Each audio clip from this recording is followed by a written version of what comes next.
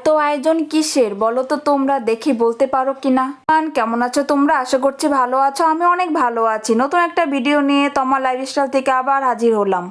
কত রান্না বান্না চলছে, সবাই মিলে রান্না করার মজাটাই আলাদা, তাই না বলো?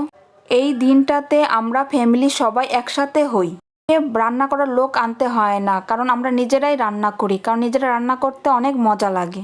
ভাই একাই 100, দেখো কিভাবে একাই হ্যান্ডেল করছে।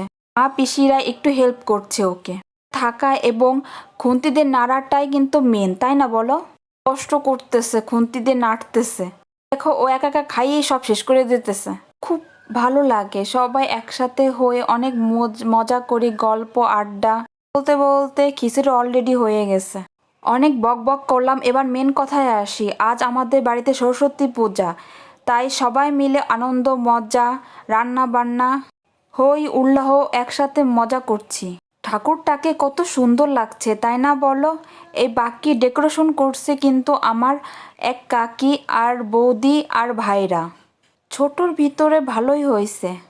যদি কৃপা করে নেক্সট ইয়ারে এর থেকে বেটার হবে। জাস্ট ঠাকুরের মুখটা শুধু দেখতে ইচ্ছা করতেছে, কি সুন্দর লাগতেছে এবারে ঠাকুরটা। তুমি সবার মঙ্গল করো, সবাইকে ভালো রেখো, সুস্থ রেখো। সামনের বারে যেন আবার অনেক বড় করে তোমার পূজা করতে পারি। কার কার ভালো লাগছে আমাকে অবশ্যই কমেন্টস করে জানাবে। এখন শুরু হবে নাচ গান আর মজা।